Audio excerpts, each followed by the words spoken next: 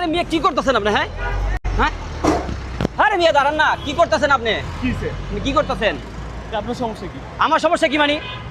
আপনি রানিং চলন্ত বাসের মধ্যে এইভাবে যে উঠলেন, পিছনে যদি একটা গাড়ি থাকতো তাহলে তো আপনি অ্যাক্সিডেন্ট করতেন। আপনি বলতেছেন আমার কি? ব্যথাটা তো আপনি পাইছেন, ব্যথাটা কি আমি পাইছি? ভাই এত রিস্ক নিয়ে কি কেউ বাসে উঠে? বলেন ভাই, হ্যাঁ? আপনার জীবনের মূল্য আছে না? আপনার একটা পরিবার আছে না? আপনার কি পরিবার নাই? আপনার কি জীবনের মায়া নাই? মানুষ তো জীবনের মায়ার জন্য অনেক কিছু করে। আপনি তো 5টা মিনিট পরে বাসে উঠতে পারতেন, আপনি কেন এই কাজটা করলেন? কেন করলেন এই কাজটা? আপনার যদি একটা দুর্ঘটনা ঘটতো তাহলে তো আপনার ফ্যামিলি পুরা এতিম হয়ে যেত গা।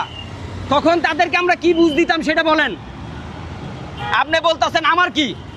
ব্যথা তো আপনি পাইছেন, আমার কি হবে? তো জীবনের একটা মূল্য আছে, আপনার একটা পরিবার আছে, আপনি অনেক গাড়ি আছে, একটা গাড়ি পরে গেলে আপনার কি এমন